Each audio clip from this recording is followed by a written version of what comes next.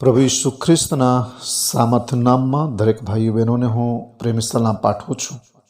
આજે લાંબા સમય બાદ ફરીવાર તમારે મધ્ય પ્રભુના વચનો લાવવાના માટે પ્રભુએ જે કૃપા આપી તેના માટે હું પ્રભુનો આભાર માનું છું. ઘણા ભાઈઓ બહેનો મને વારંવાર કહેતા કે તમે ટૂંકા સંદેશો તૈયાર કરો કે જેથી અમને એમાંથી શીખવાનું મળે, પ્રેરણા મળે, અને તેઓના પ્રેરણા અને ઉત્તેજનના કારણે આજે ફરીવાર હું રૂપરેખાના રૂપમાં એક ટૂંકો સંદેશો લાવું છું, જેના માટે પ્રભુનો હું પુષ્કળ આભાર માનું છું. આજે જે હું સંદેશો આપવા માગું છું તે પ્રેરિતોના કૃત્યો 1 અધ્યાય અને છેલ્લી કલમ, અને 2 અધ્યાય તેની 1 થી 4 કલમ. 1 અધ્યાયના છેલ્લે અને 2 અધ્યાયની શરૂઆતમાં ત્યાં કંઈક તો ફરક જણાય છે. એ બાબતને સમજવા માટે આપણે ખાસ કોશિશ કરીશું, મનન કરીશું. વાંચીએ પ્રેરિતોના કૃત્યો 1 અધ્યાય અને 26મી કલમ, જે લખવામાં આવ્યું છે. પછી તેઓને વાસ્તે ચિઠ્ઠીઓ નાખી, એટલે માથિયાસના નામની ચિઠ્ઠી નીકળી. પછી 11 પ્રેરિતોની સાથે તે પણ પ્રેરિત તરીકે ગણાયો. હવે વાંચીએ 2 અધ્યાય 1 થી 4 કલમ. 50માનો દિવસ આવ્યો તે વખતે તેઓ સર્વ એક સ્થળે એકઠા થયા હતા. ત્યારે આકાશમાંથી એકાએક ભારે આંધીના ઘૂંઘવાટા જેવો અવાજ આવ્યો, અને તેઓ જ્યાં બેઠા હતા તે આખું ઘર ગાજી રહ્યું. અગ્નિના જેવી છૂટી છૂટી પડતી જીભો તેઓને જોવામાં આવી, અને તેઓમાંના દરેક ઉપર એક એક બેઠી. તેઓ સર્વ પવિત્ર આત્માથી ભરપૂર થયા, અને આત્માએ જેમ તેઓને બોલવાની શક્તિ આપી તેમ તેઓ અન્ય ભાષાઓમાં બોલવા લાગ્યા. પ્રભુ વાંચેલા વચનો દ્વારા પણ દરેકને આશીર્વાદિત કરો. આમેન. આ જગ્યા પર આપણે આપણું પોતાનું ધ્યાન કેન્દ્રિત કરીશું 1 અધ્યાય અને 26મી કલમમાં, જ્યાં ચિઠ્ઠી વિશે વર્ણન કરવામાં આવ્યું છે, અને 2 અધ્યાયના શરૂઆતના આ 4 કલમોમાં પવિત્ર આત્મા વિશે વર્ણન કરવામાં આવ્યું છે. આ 2 બાબતો વિશે થોડુંક આપણે ધ્યાન કરીએ. ખાસ કરીને ચિઠ્ઠીઓનો જે સિલસિલો હતો એ જૂના કરારની અંદર હતો. જેવી રીતે બાઇબલમાં લખવામાં આવ્યું છે, નીતિવચનનું પુસ્તક તેનો 18મો અધ્યાય અને 18મી કલમમાં લખવામાં આવ્યું છે, ચિઠ્ઠી નાખવાથી તકરાર શમી જાય છે અને સમર્થોના ભાગ વહેંચવામાં આવે છે. આ વચન પ્રમાણે જૂના કરારની અંદર કોઈ પણ બાબતનો નિર્ણય લેવાનો હોય કે વહેંચણી કરવાની હોય, દાખલા તરીકે જમીન વહેંચણી કરવાની હોય, કોઈ બાબતની સોંપણી કરવાનું હોય, કોઈ પણ ગુનેગારને પકડવાનું હોય, તો તેના માટે ચિઠ્ઠીઓ નાખવામાં આવતી, અને ચિઠ્ઠીઓ દ્વારા પરમેશ્વર એ બાબતોને સાબિત કરી બતાવતા હતા કે આ બાબત કે આ હકીકત સાચી છે. અને નવા કરારમાં માત્ર આ 2 જગ્યા પર, એટલે કે પ્રભુ ઈસુ ખ્રિસ્તનો જબ્બો જે હતો એ જબ્બોને વહેંચણી કરવા માટે ચિઠ્ઠી ઉછાળવામાં આવી, અને બીજું છેલ્લે જ્યારે 12માંથી એક શિષ્ય એટલે યહૂદા ઇસ્કરિયોતનું પતન થયું અને તેમની જગ્યા પર એક શિષ્યની પસંદગી કરવાનો વારો આવ્યો, ત્યારે ચિઠ્ઠી ઉછાળવામાં આવી અને માથિયાસના નામની ચિઠ્ઠી નીકળી, કે જેથી કરીને યહૂદા ઇસ્કરિયોતની જગ્યા પર માથિયાસ શિષ્ય તરીકે પસંદ કરીને તેમને નિયુક્ત કરવામાં આવ્યો. આ છેલ્લી બાબત હતી કે જ્યાં ચિઠ્ઠી વિશેનું વર્ણન છેલ્લે છે. પણ નવા કરારમાં 2 અધ્યાયથી આપણે જોઈએ છીએ તો ત્યાં પવિત્ર આત્મા વિશેનું વર્ણન કરવામાં આવ્યું છે. અને 2 અધ્યાય પછી નવા કરારમાં કોઈ જગ્યા પર કોઈ પણ નિર્ણય લેવાના માટે, વહેંચણી કરવાના માટે, સોંપણી કરવાના માટે, કે કોઈ અપરાધીને પકડવાના માટે કોઈ જગ્યા પર ચિઠ્ઠી ઉછાળવામાં આવી હોય એવું કોઈ જગ્યા પર વર્ણન નથી.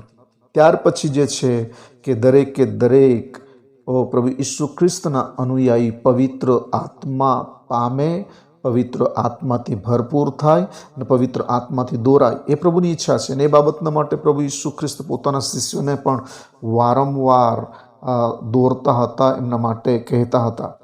જેમ તેમણે કહ્યું તે પ્રમાણે યુહાને લખેલ સુવાર્તા 16મો અધ્યાય અને 13મી કલમમાં લખવામાં આવ્યું છે, તો પણ જે સત્યનો આત્મા તે જ્યારે આવશે ત્યારે તે તમને સર્વ સત્યમાં દોરી જશે, કેમ કે તે પોતાના તરફથી બોલશે નહીં, પણ જે કંઈ તે સાંભળશે તે જ તે બોલશે, અને જે થનાર છે તે તમને કહી દેખાડશે. અદ્ભુત પ્રભુના વચનોના માટે ધન્યવાદ. પ્રભુનું વચન આપણને આ જગ્યા પર કહેવા માંગે છે કે સત્યનો આત્મા સર્વ સત્યમાં દોરશે. કેટલીક અદ્ભુત બાબત. અને ત્યાર પછી પવિત્ર આત્મા વિશે વર્ણન કરવામાં આવ્યું છે તે પ્રમાણે કે સત્યનો આત્મા સર્વ સત્યમાં દોરનાર, એ શિક્ષકના રૂપમાં શીખવનાર, એ પસંદગી કરવાના માટે પસંદ કરનાર. જેમ તેણે શિષ્યોની પસંદગી કરી, પેરુતના કૃત્યો 13મો અધ્યાય, જ્યાં શિષ્યોની પસંદગી કરવામાં આવી.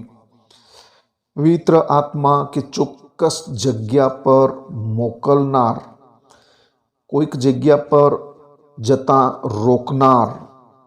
પવિત્ર આત્મા કે જેનાથી ફળથી ભરપૂર કરનાર અને વરદાનોથી તૈયાર કરનાર. ફળો એ પ્રભુ ઈસુ ખ્રિસ્તના જીવન પ્રગટ કરવા માટે છે, જ્યારે વરદાનો એ પ્રભુ ઈસુ ખ્રિસ્તના સામર્થ્યને પ્રગટ કરવા માટે છે.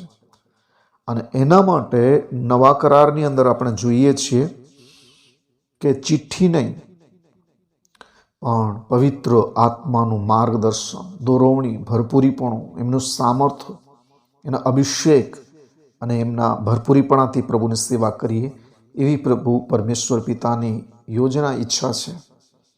માટે વહાલાઓ, આ બાબત આપણને શું સૂચવે છે કે ચિઠ્ઠી નહીં, ચિઠ્ઠી એટલે માત્ર પોતાનો નિર્ણય નહીં, પોતાના ઈરાદા, ઈચ્છા નહીં, પોતાની યોજના નહીં, પણ પવિત્ર આત્માનો અવાજ આપણે સાંભળીએ, પવિત્ર આત્માની દોરવણીમાં આપણે દોરાઈએ, પવિત્ર આત્માના ફળોથી આપણે ભરપૂર થઈએ, પવિત્ર આત્માના વરદાનોથી આપણે તૈયાર થઈએ અને ખ્રિસ્તનો મહિમા પ્રગટ કરીએ. એ પરમેશ્વર પિતાની ઈચ્છાની યોજના છે. અને એમ કરીને જ્યારે આપણે ચોક્કસ પવિત્ર આત્માને દોરવણીમાં દોરાઈશું, પવિત્ર ઈશ્વરની ઈચ્છા અને યોજનામાં જ્યારે આપણે ચાલીશું, તો પરમેશ્વર આપણા જીવનની અંદર અજાયબ જેવા કામો કરશે. આપણને ચોક્કસ દોરવણી પ્રાપ્ત થશે. આપણે બીજા કરતાં અલગ વ્યક્તિત્વ આપણું તરી આવશે. અને જ્યારે એમ કરવાના માટે આપણું જીવનને પવિત્ર આત્માના માર્ગદર્શન હેઠળ, તેના સામર્થ્ય હેઠળ સંપૂર્ણપણે સમર્પણ કરીએ છીએ, ત્યારે પરમેશ્વર ચોક્કસ આપણા જીવનમાં અદ્ભુત કાર્ય કરશે. અને એમ કરવાના માટે પરમેશ્વર તમારા પ્રત્યેકના જીવનમાં સહાય કરો, મદદ કરો. વાંચેલા વચનો દ્વારા પ્રભુ દરેકને આશીર્વાદિત કરો. આવું પ્રાર્થના કરીએ. અનુગ્રહીને અમારા પ્રેમાળ પરમેશ્વર પિતા, આજના ટૂંકા મનન દ્વારા અમે શીખી શક્યા છીએ કે જૂના કરારની અંદર કોઈ પણ બાબતનો નિર્ણય લેવા માટે ચિઠ્ઠી ઉછાળવામાં આવતી હતી, પણ નવા કરારમાં નિર્ણય લેનાર કે નિર્ણય દ્વારા તૈયાર કરનાર માત્ર પવિત્ર આત્મા છે. માટે હે પવિત્ર ઈશ્વર, ઈસુના નામમાં તમે અમને પવિત્ર આત્માથી ભરપૂર કરો. એ માટે કે પવિત્ર આત્માથી ભરપૂર થઈને અમે પવિત્ર આત્માના ફળો દ્વારા ખ્રિસ્તના જીવનને પ્રગટ કરીએ. પવિત્ર આત્માથી ભરપૂર થઈને અમે ખ્રિસ્તના સામર્થ્યને પ્રગટ કરીએ. પવિત્ર આત્માના ભરપૂરીપણામાં ભરપૂર થઈને શૈતાન અને તેના કુયુક્તિઓની સામે અમે લડી શકીએ. શું બોલવું, એ સર્વ બાબતોનું જ્ઞાન અમને પવિત્ર આત્મા દ્વારા પ્રાપ્ત થાય, તેના માટે અમે તમારી પાસે કૃપા માગી લઈએ છીએ. વચન સાંભળનાર દરેક ભાઈઓ બહેનોના માટે ઈશ્વરના નામમાં અધિકાર લઈને પ્રાર્થના કરશું. આજ ઘડીએ દેવનું સ્વર્ગીય સામર્થ્યના આત્માનો પરાક્રમ તેઓને સ્પર્શ કરે, બદલે, તૈયાર કરે તમારા મહિમા માટે, કે જેથી કરીને તેઓ ઓ પિતા પરમેશ્વર માત્ર તમારા પર આધારિત રહે, પવિત્ર આત્મા પર આધારિત રહે, પવિત્ર આત્માના માર્ગદર્શન અને દોરવણી પર આધારિત રહે. તેના માટે પ્રભુ તમે કૃપા કરો, તમે સહાય કરો. આજે જે વચન વાંચ્યું છે એ વચન આધારિત તમે અમારી સાથે વાર્તાલાપ કરો.